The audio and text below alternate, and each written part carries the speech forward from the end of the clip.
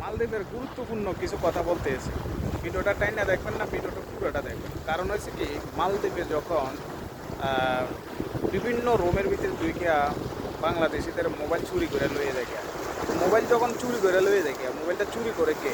এই দেশের কিছু বাবা কুকুর ঠাকুর আছে, এগুলা চুরি করে ডাইরেক্টলি বাংলাদেশিরা যখন বাইরা যখন নাকি ডিউটি যায়, তখন তারা জানে কোন টাইমে যে ডিউটি করে বাংলাদেশি বাইরে।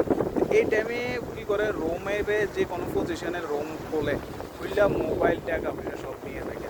আর যখন নাকি বিশেষ করে মোবাইলটি বেছে, বেশিরভাগ কার কাছে জানেন? বেশিরভাগের মোবাইলটি বেছে আমাদের বাংলাদেশি ভাইদের কাছে।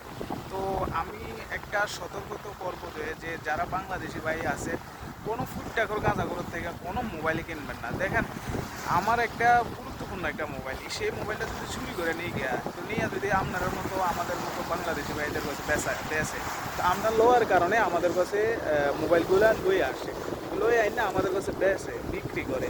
তো রিকোয়েস্ট করবো, মালদ্বীপে যারা বসবাস করছেন তাদেরকে চুরির কোনো মোবাইলে নিয়ে কিনবেন না, আর চুরির কোনো ইনভেটে হইবেন না, কোনো ফিল্টারগুলোতে কোনো কিছু নেবেন না, কিনবেন না। কারণ হয়েছে, কিনলে হইল কি, এইটা আমাদের ক্ষতি।